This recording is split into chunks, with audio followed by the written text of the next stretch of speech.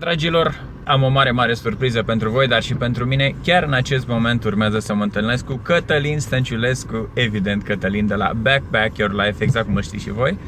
Trebuie să ne întâlnim, să facem o chestie frumoasă între noi. I-am promis că o să-l ajut cu o nouă cameră de filmat de la Panasonic și uite că se întâmplă. Prietenii la nevoie se cunosc sau prietenii adevărați se țin de cuvânt. O să ne vedem în preț de câteva minute.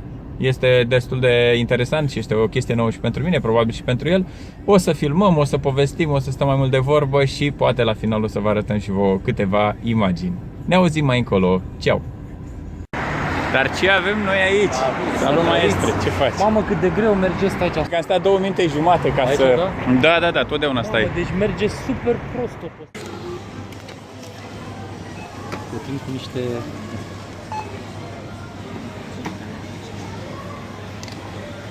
nu, iertați-mă. Nu merge Domnule, România. de unde ați venit? Din ce țară sunteți? Nu merge în România cu... Cu donci vietnamezi, Nici nu mai am lei. Nu merge.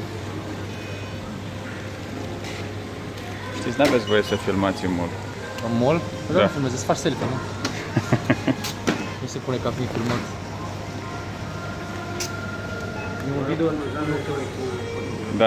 Face pentru o familie. Mulțumim, se filmează cu... O zi bună!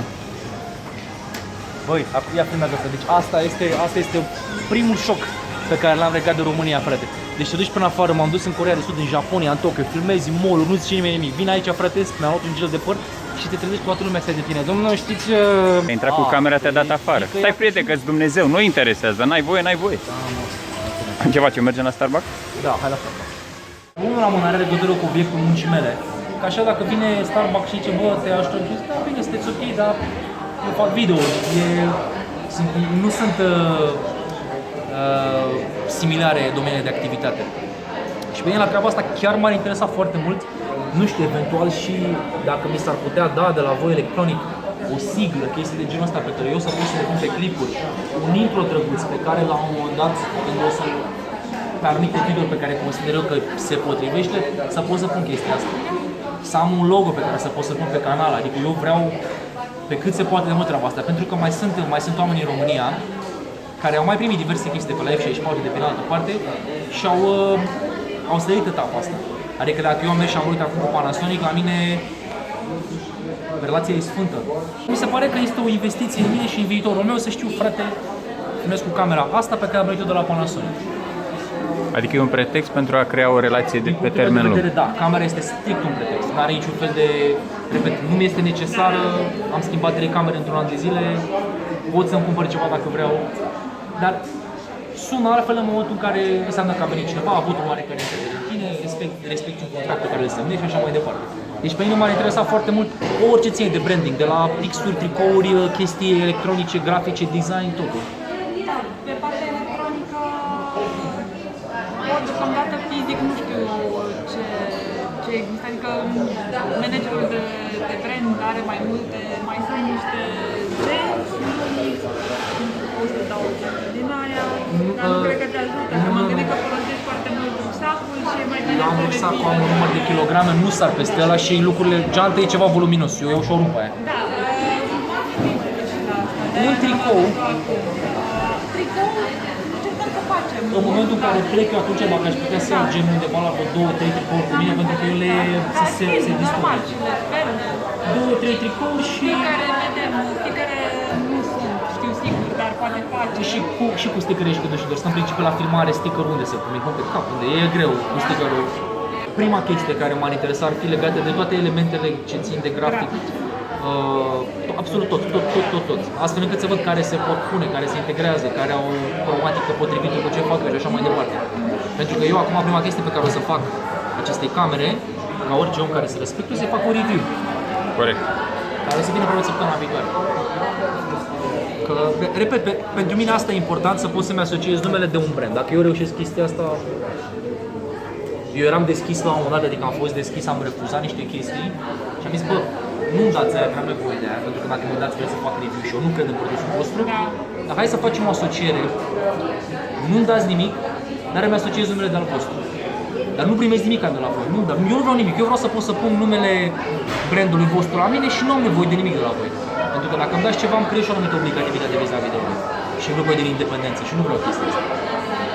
Dar, da. Jumătate de ani, nu e motiv nu mi-aș permite. Pentru că în momentul în care cineva îmi zice și spune nu mi-aș permite, cu teoria îi dau un cap în instanță. Că ne fac un calcul de banii pe care îi cheltuiești aici și câți bani cheltuiesc în afară. Și eu îmi zic teama. Frica de a-și părăsi zona de confort. Exact, asta e. Dar puțin o conștientizare, știi? Da, dar așa când dacă o faci o dată, e cât cu sferul pe două. Deci eu când am plecat, aveam până de plec 3 luni. Mă scot din sistem, mă întorc în țară, aveam un business de picioare, fac aia, m-am întors după 3 luni, la 36 de ore după întoarcere, mi-a luat bilietul să plec la nou. Da, și am zis, nu, eu trebuie să fac ceva. Și plecând, aveam eu, acum cu cameră micuță și am început să filmez de plictiseală total. Deci de plictiseală total. Și ușor a început să crească, Și unde ai fost prima dată? Prima oară am plecat în Peru. Eram pe 30 octombrie. 30 octombrie eram și am zis, bă, vreau să plec undeva să fac ziua de naștere, ziua mea e pe 11 noiembrie. Am zis, vreau să fiu de ziua mea undeva și am căutat bilete până în 700 de euro, round trip, oriunde pe planeta asta. Și am avut de ales în Thailanda și Peru. Și am zis, bă, de Thailanda mai știu, dar de Peru să mor. Și am luat biletul. M-am dus acolo, m-am întors după 3 luni, am zis, băi, fac asta, fac, mă ocup de aia, n-am mai putut. Am plecat din nou. Și am zis, mai să și eu să fac video, că stau singur, ce dracu, stau șofer toată ziua, să filmez și eu măcar ceva. Am început să filmez și s-a uitat mama de 5 ori, se uita sora de 2 ori, dădea mama, zicea, bravo, fiul, mami. Prostii de astea? Și asta era anul trecut prin aprilie. Și am plecat, aveam 50 de oameni, 100 de oameni care se uitau la mine. Și azi am mulți 30.000. Crește și am văzut că oamenii merg ok, după care au început să vină propuneri. Eu pentru că sunt și puțin autist, refuz totul. Dacă e ceva care mi se pare mie că nu ar fi 100% cu ceva, eu refuz. Păi am primit eu de la o companie de turism, o firmă mare de turism din China, mi-au scris și mi-au zis că îmi dau 700 de euro pentru un share pe Facebook, prin care să le zic subscriberilor mei că am fost în anumite locații din China și că mi-a plăcut acolo, dar eu nu fusesem acolo. Și am zis așa, bă, uitați care e faza. Eu nu zic că am fost acolo, dar zic că mi-ar plăcea să mă duc acolo. Nu eu, că pot să zic asta. Și am refuzat. Era un share pe Facebook. Corect. Deci un share pe Facebook. Atenție. Vorba de principiu. Deci erau, bine, nu era vorba de principiu, era vorba de faptul că erau 7, dacă erau 5.000 de euro, ziceam că m-am dus și nu m-a mai interesat. Băi, nu zici asta, am scos la montaj. Asta am scos la montaj. Lasă că așa e. Dar chestia, dacă te vinzi pentru o chestie, nu aveam nevoie de bani, știi? Și nu era gen, mamă, mă deveneam super bogat dintr-o dată pentru că mi-au dat ei 700 de euro. 700 de euro sunt banii pe care îi cheltuiesc în 12 zile în Asia, în 10 zile în Asia. Dar că n-au fost doar banii totuși. Cred că a fost și un pic de principiu. Nu, a fost ideea, pe mine m-a deranjat foarte mult prima chestie, că de ce, cum poate o firmă mare să vină să zică, bă, minți pentru asta? Când eu, oamenii care se uitau știau clar că eu n-am fost acolo. Oamenii știau că n-am fost acolo, deci nu era gen o minciună mică să le zic că am fost la un oraș de lângă și voiau să fac reclamă unui oraș la 2 km de acolo. Deci nu am fost niciodată în partea aia, în China, nici nu știam la ce dracu se referă ei. Era o poză cu un templu într-un oraș. Și asta, frate, că nu știu unde. Și am zis nu. Bordel de lucru. Orice, n-are atât timp când n-am văzut, nu e ok. Și urmă, ușor am ajuns, acum în principiu zbor cam pe gratis unde zbor. Am cu diverse companii înțelegeri și pot să zbor pe gratis. Și acum sunt doar obligat să stau pe drum. Adică dacă zic mă duc în țară, toate deal-urile astea cad.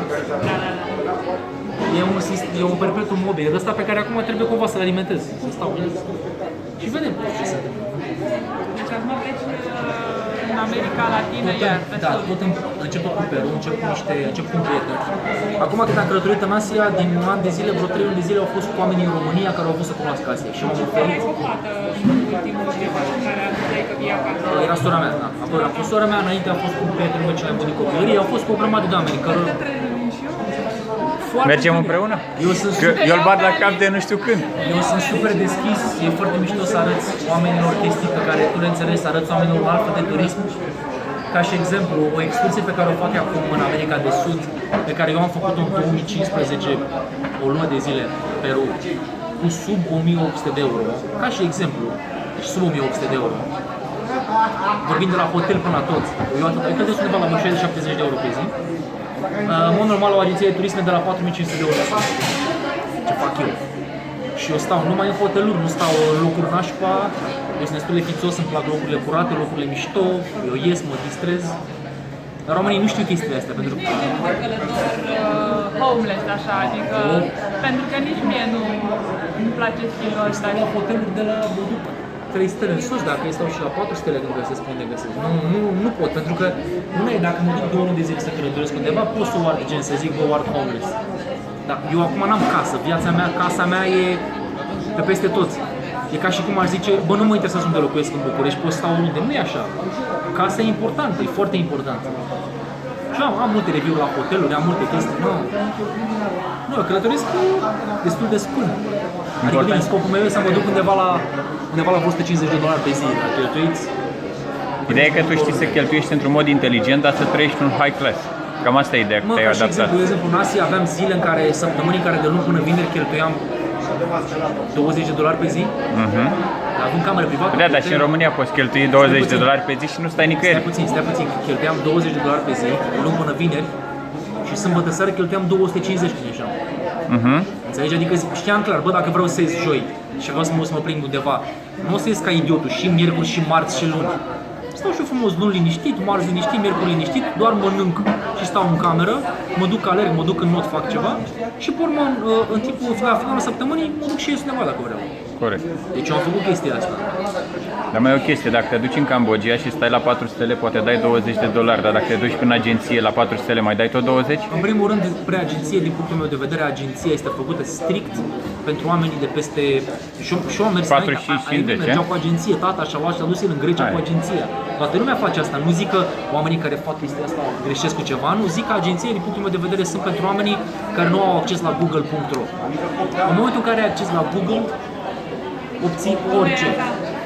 Caută ce vrei, cheap accommodation și bagă tu orașul. Și o să găsești. Vine ca agenția ți-a mai mult pentru că ei din asta trăiesc, știi, din intermediere. Fac consultanțe, intermediere, exact. Deci călătoria pe care eu încep acum, o lună de zile, e undeva la vreo între 4, eu văd 2 țări, văd Peru și Bolivia cu prietenul ăsta meu, cu Cătălin. După care el pleacă, teoretic mă întorc cu el în Europa, ca exemplu. Plătesc Madrid, Lima, Peru, Lima, Madrid, €250. Câte lume găsește deal-ul ăsta? Flynews.com, nu? Câte lume găsește deal-ul ăsta, da? Plec acolo și mă întorc înapoi, nu voiam să mă întorc inițial, pentru că am fost invitat pe o croazieră din Madrid către America Centrală, plină numai de online influenceri, freelanceri, youtuberi, o chestie destul de scumpă și mi-au zis, am aplicat cu ei și am ceva, am primit mail-ul vieții de confirmare, mi-au zis, bă, vino. Și mă duc cu ei. Și eu vreau, scopul meu este să învăț pe oameni mari din România, să învăț să nu mai cheltuiască atât de mulți bani. Sora mea cheltuie în Vietnam 12 zile cu mine sub 500 de lire. Și vorbind de o fată care a văzut aproape toată lumea asta care stă, sora mea, să nu vadă că ei la hotel, mie îmi trebuie aia și aia și aia și filmul și așa. Ia uzi, Darie, ce a zis. Eu cu sora mea așa morsă, nu pot să iau pe sora mea să-i zic hai să o ardem budget, $3. Nu merge. E frumos că e fata, e sora mea. Și când a făcut la sfârșit și a văzut că a cheltuit, face, băi, am cheltuit sub 500 de lire, frate, cu tine. Și am ieșit, am mâncat, 2 săptămâni. 12 zile. Sau, mă rog, da, aproape. Deci 12 zile, știi? Când în mod normal, dacă te duci în Asia și o arzi cum arzi o ia cu mine, cheltuiești mult mai mult, pentru că nu știi unde, nu știi cum să te orientezi. Și eu vreau să învăț pe oameni. Unde vrei să mergi? Vrei să te duci în Thailanda? Ok. Mie îmi dai bani și merg cu tine. Am o idee de business pe viitor. Unde vrei să mergi? Vrei să mergi în Argentina? N-am fost. Merg cu tine, învățăm împreună. Te iau de la zero și te învăț ce trebuie să știi. Pentru că bani sunt în România. Asta este o greșeală pe care mulți zic, românul nu are bani să călătorească. Nu e adevărat. Asta este o greșeală. Românii, oamenii, nu știu că se poate călători și așa. Sau nu știu cum să-și administreze banii ca să poată cunosc. Oamenii nu știu, oamenii nu cunosc. Și de-aia trebuie să fie cineva care să-i ajute. Și contentul de pe YouTube e general pentru că e gratuit, e accesibil oricui. Oricine părăsit trebuie să dea click, se uite și vede. Cum trăiesc în Vietnam cu $10 pe zi, cum trăiesc în Vietnam cu $100 pe zi, cum stau la hotel de $50 pe zi, știi? Asta e. Și când vreți să mergeți? Când îi dăm drum? În America Latină? Oriunde. Eu m-aș duce în Asia din cauza lui. Eu n-am fost în viața mea nicio țară că n-am suportat ideea de a călători. Dar conceptul cum l-a creat el acum e altfel. Adică nu vreau să mergem unde merge toată lumea, hai să mergem acolo. Nu? Asia e foarte dificil de vizitat. din punctul meu de vedere, eu acum sunt super fericit că am plecat de acolo pentru că e foarte cald. Pe mine m-a terminat căldura. N-am probleme cu căldură, am probleme cu frigul. Frate, nu știu. E una umedă, bănesc, o căldură umedă. Eu n-am luat pe stradă de ieri până azi, am mers acasă ieri și am plecat din casă și m-am plecat pe stradă, pur și simplu. Și am, frate, nu transpir, nu trebuie să-mi iau tricoul la mine de schimb, ești nebun pentru o oră.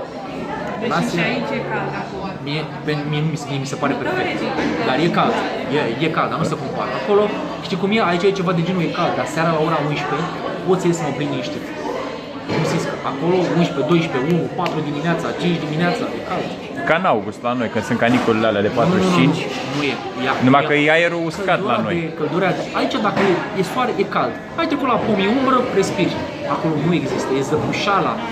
De-aia și pe cameră când filmezi acolo, imaginea are o altă culoare. Pentru că fiind zăbușală, fiind aburul ăla, îți afectează foarte mult cromatica. Corect, așa e, Băi, se mă vede. uitați ce am filmat, ce culoare asta? E filmat roșu, este un... Ce culoare e asta? Da, așa e, Nu se am văzut, vede. am filmat la ora 12 ziua, știi? Ok. E praf. Nu, din punct de vedere asta e foarte nasol. America de Sud, Dar ca siguranță, Ca siguranță, de asta zicem noi. ca siguranță, Asia este locul pe care recomand oricărei persoane să se ducă, să facă chiar solo traveling, indiferent de sex. Poți să fii femeie, bărbat, poți să fii cu experiență, fără experiență. În America de Sud nu are recomandarea asta. America de Sud este mai frumoasă ca Asia pentru că are o climă relativ temperată, dar are alte probleme. Ca și prețuri, te descurci. E ok. Din punctul meu de vedere, America de Sud, multe părți sunt unul la unul cu România. Cam așa. Asia e sub România. Asia de Sud-Est. Dar America de Sud e cam unul la unul cu România, la multe lucruri. Hotel, mâncare, tot cam aceeași bani cheltuiești pe care îi dai și aici. dar Peru deja nu e o țară periculoasă. Peru este cred că dintre- printre cele mai safe, nu? Peru, Bolivia, Argentina, care sunt, de exemplu, Argentina e o țară foarte cosmopolită, ca să zic așa. Da. Chile, țară foarte europenizată. Dar dacă vorbim, eu vreau să mă duc în Columbia și mă le iau pe alea, mă duc în El Salvador e pentru cele mai periculoase din lume. Eu acolo mă duc. De el e nebun, el s-a dus în favele doar ca să vadă Eu am cum fost e. în favele în Rio de Janeiro și am fost Adică e acolo, cea mai jefuit. nașpa zis zonă ever, din toate filmele, din orice. Dar m-am dus cu mintea, nu m-am dus cu bani. La mine mi-a luat 100 de real, la mine nu mi-a luat cameră, nu mi-a luat nimic. Am anunțat la hotel și mi-a luat banii cu mine dintr-un motiv simplu. De a Ca nu să-l crea mituiești pe ăla, ți-am dat, lasă-mă. De a nu crea frustrare în omul care te jefuiește când are ce să-ți ia. Exact. Știi ce? Eu prefer să-mi iau un bani decât să zic că să-mi ia pantaloni de pe mine. Chiar dacă pantalonii ăștia costă 20 de lei, deci e urât să rămâi. Așa mi-am Corect. 100 de lei, dă-i dracu 100 de lei. Ați văzut filmarea cu... Că eu așa am dat de el, exact despre filmarea cu favelele. Favelele? Da, ăla s-a viralizat. Cum era să fiu împușcat în favele sau ceva așa. Da, păi ăla era cu pistolul, m-a jefuit, i-am dat, dar m-a dus din nou, adică vreau să mă duc din nou, clar. Pentru că n-am abordat bine situația atunci. Așa că dacă vă rămâne camera acolo, o să știm de ce. Dar n-am avut abordarea bună atunci. Atunci m-am dus strict la nivelul, uite, prostul care e curios. Acum vreau să mă duc în Columbia cel puțin, vreau să stau o lună de zile. Pentru că vreau să fac un documentar despre viața lui Pablo Escobar. Și vreau să stau acolo să mă duc să caut în cartelul, în drogurile alea, ce fac ea pe acolo, cartelul de droguri și chestii de genul ăsta. Vedem acum ce o să iasă, dar Peru e safe. Peru este safe pentru că e și sărac. Țările care sunt sărace în principiu sunt mai safe pentru că oamenii sunt simpli. În cel mai rău caz te trezești că dacă lași telefon pe masă ți-l ia cineva. Dar nu pericol de crime, viol sau din asta. Columbia, altceva. Și Mexicul, cred. Și Mexic e periculos. Acolo e grav. Scopul meu e să ajung în iarnă, adică aș vrea să fac revelionul acolo. Atunci să ajung acolo. Dar bine, și scopul meu a fost să stau în Vietnam 2 zile când am ajuns și am stat 2 luni prima oară. Și am ajuns din Cambodgia în Vietnam și am zis că stau în Ho Chi Minh City, în al doilea cel mai mare oraș, și am zis bă, stau 2 zile. Și pe 2 zile s-au făcut 2 luni când am stat numai acolo. Numai în orașul ăsta. Și pe o Japonia, Coreea de Sud. Dar nu ți se întâmplă să ai zile în care te plictisești, în care n-ai ce să faci, nu ai chef să faci ceva. Când știi că ai zeci de mii de oameni care așteaptă să vadă ceva de la tine, te gândești, bă, nu mai mi-e lene, renunț la lene, mă duc să fac ceva. Asta m-a scos pe mine din depresie, din tot. Ideea de a face video și de a face video fără a avea un scop. Eu pun exact ce am eu chef. Nu mă interesează ce merge, nu mă interesează ce se cere. Eu pun ce îmi vine mie. Dacă mie îmi vine să pun o tâmpenie, pe aia o pun. Nu mă interesează de nivelul de hate pe care îl iau. Dar tocmai asta e, da, dar tocmai această naturaleță trage. Da, cred că asta pentru... Oamenii caută ceva Da, ce oamenii, să- bine, la mine a fost și noroc că am fost prima persoană care a făcut treaba asta. Competiția este zero, practic, de piața YouTube-ului din punct de vedere al vlogging-ului de călătorie. Nu există în momentul de față. Adică există, mai sunt vreo 2-3 vloggeri care fac chestia asta, dar nu o fac neapărat la un nivel, la un din ăsta continuu. Eu am un noroc. Am noroc că eu pot să călătoresc, că n-am grija financiară. A mine nu există chestia asta. La nivelul de bani pe care vreau eu, da? Ideea e următoare. Oamenii gândesc așa, cum să călătoresc cât mai ieftin. Eu am altă gândire, cum să fac bani ca să călătoresc cât mai scump. Dar recunoști că asta după un an de călătorie. La început poate te-ai gândit ca și ei, nu? Nu, la început eu aveam la început aveam 60% din bugetul pe care l-am avut. Corect, da.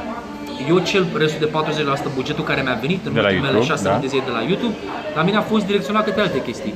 Bilete, mi-am luat una alta, dar strict călătorit, eu puneam să călătoresc cu banii pe care eu din veniturile pasive. Undeva la 1200 de euro, da. 1200, 1300, 1400 euro pot să călătoresc, mai am niște savings-uri pe care le-am distribuit eu și ar trebui să-mi suplinească veniturile pasive pentru vreo 5-6 ani de acum înainte. Corect, da.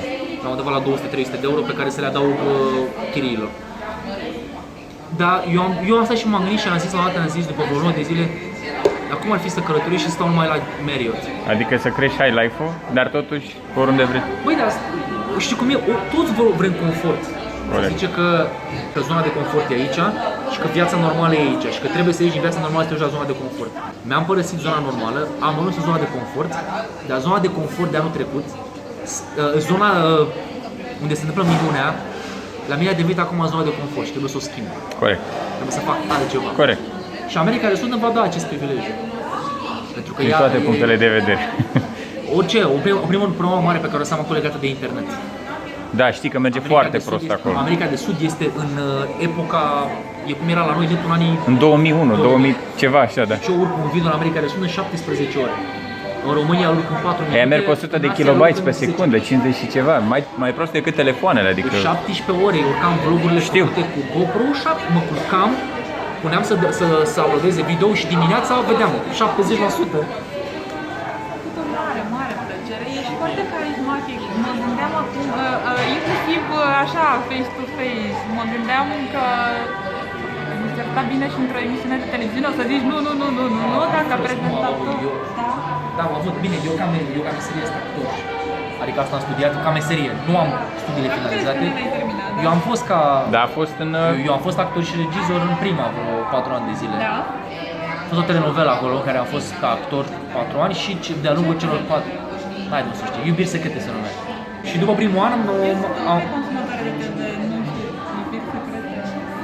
în 2010-2014 și pe urmă după primele 6 luni de zile, împreună cu un coleg și era actor acolo, am fost și producătorul serialului. Și chestia a fost că în momentul în care s-a închis combinația cu televiziunile, că a fost nebunia din 2014 cu toți proprietarii de televiziune de erau luați de către DNA toți, la noi s-a schimbat organigrama și dintr-o dată jobless, fără bani, fără nimic. Într-o zi filmam și m-am fost sunat, se termină de mâine. Eu pe lângă asta aveam și un business personal, predam actorie copiilor cu un coleg. Am zis, bă, ce fac? Mi-a zis, eu n-aș vrea să mă lucrez în domeniul ăsta, mie nu-mi place. Am făcut-o pentru bani, dar mie nu mai place. Păi plec și călătoresc. Și de acolo, din baza pe care mi-am creat acolo, know-how-ul micuț pe care l-aveam vis-a-vis de camere și asta, s-a transferat foarte ușor în faza cu YouTube-ul. Adică a fost așa o modificare supernaturală. Și la mine norocul mare a fost că sunt mulți oameni care în momentul în momentul în care, nu știu, se schimbă ceva în viață, se schimbă și ei. Dar în general asta se întâmplă când ai 19-20 de ani. Când ai 30 de ani, dacă cunoști succesul pe un anumit domeniu, nu prea te mai schimbi, că ți-e lenă. Eu am 31 de ani, zic mulți, am ți s-a urcat YouTube-ul la cap. E greu să ți se urce la cap la 31 de ani, la 18 ani, da. Mai ales când ai fost și actor, adică. Bă, aveam era 1 milion de oameni care se uitau în fiecare seară la noi. 900.000, 800.000, 1 milion de oameni în fiecare seară. Acum că YouTube o să uită 100 sau că o să uită 300.000, comportamentul meu și părerea mea vis-a-vis de ce fac e aceeași. Nu se va schimba asta pentru că... Doar că ești și mai liber. Da, mie nu mă interesează. Am o grămadă de videouri pe canal care nu sunt foarte politically correct. Sunt mai dubioase, cu subiecte mai dubioase, dar fac parte din viața de a călători. Sunt chestii pe care le întâlnesc. Adică vorbește mai liber, mai cum simte, mai bem și noi, mai mergem într-un club. Am avut câteva clipuri în care nu știu. Bine, în general cenzurez părțile astea. Dar alea din Vietnam au fost cele mai tari ever. Alea au fost miezul. Uite, recunosc că nu le-am N-ai cum să le spui toate.